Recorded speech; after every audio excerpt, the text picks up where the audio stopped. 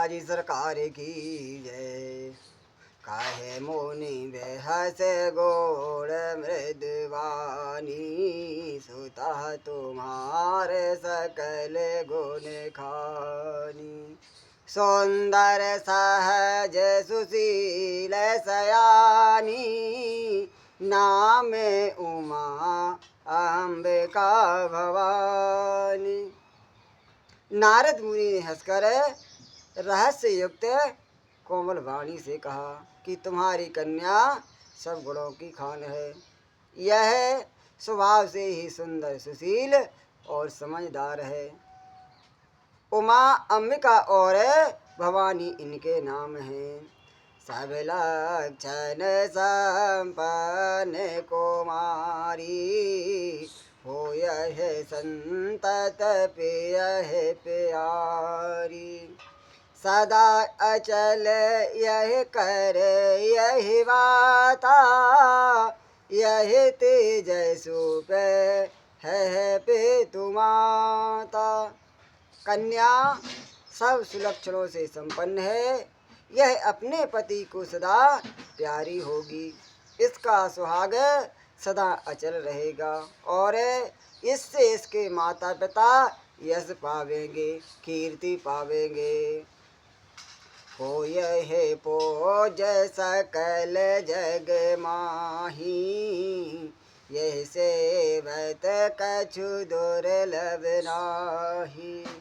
यही कर नाम सुमर संसारा, त्रिय चढ़े है पति व्रत यह सिधारा।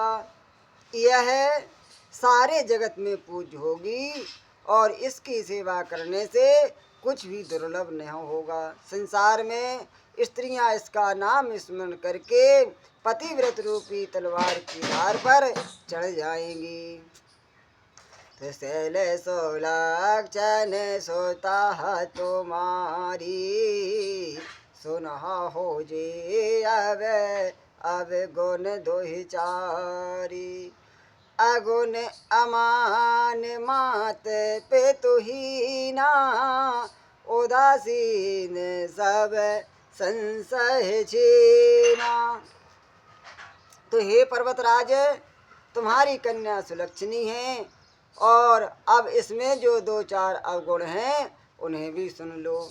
गुणहीन, मानहीन और माता पिता विहीन, उदासीन, संशयहीन और लापरवाह है। जोगी जटिल अकाम मन, नगन अमंगल भेष। अस स्वामी यह कह मिलह परिहस्त सिरेख। योगी जटाधारी और निष्काम हृदय नंगा और अमंगल भेष वाला ऐसा पति इसको मिलेगा। इसके हाथ में ऐसी रेखा ही पड़ी है। सुन मुनि गिरा सत्य जिय जानी, दुख दंपत है उमा हर्षानी। नारद हो यह भेदो न जाना, दशाए के सम जय बेलगाना।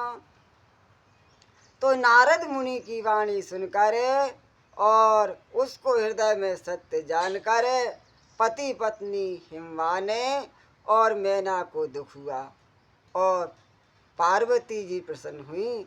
तो नारद जी ने भी इस रहस्य को नहीं जाना, क्योंकि सबकी बाहरी दशा एक सी होने पर भी भीतरी समझ भिन्न भिन्न होती है। सकल सखी गिरे जाह गिर में ना, पुलक शरीर भरे जल नैना। हो ये नम्र सा देव रे सिभा का, उमा सो बचन हृदय धरि राखा। सारी सखियां पार्वती, पर्वतराज, हेमवान और मैना सभी के शरीर पुलकित थे और सभी के नेत्रों में जल भरा था। तो देवर ऋषि के वचन असत्य नहीं हो सकते। यह विचार कर पार्वती ने उन वचनों को हृदय में धारण कर लिया।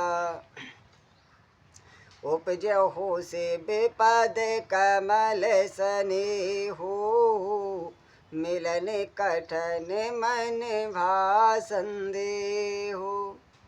जान को आसर प्रीत दुराए, सकल उजंग बैठ पुन जाए।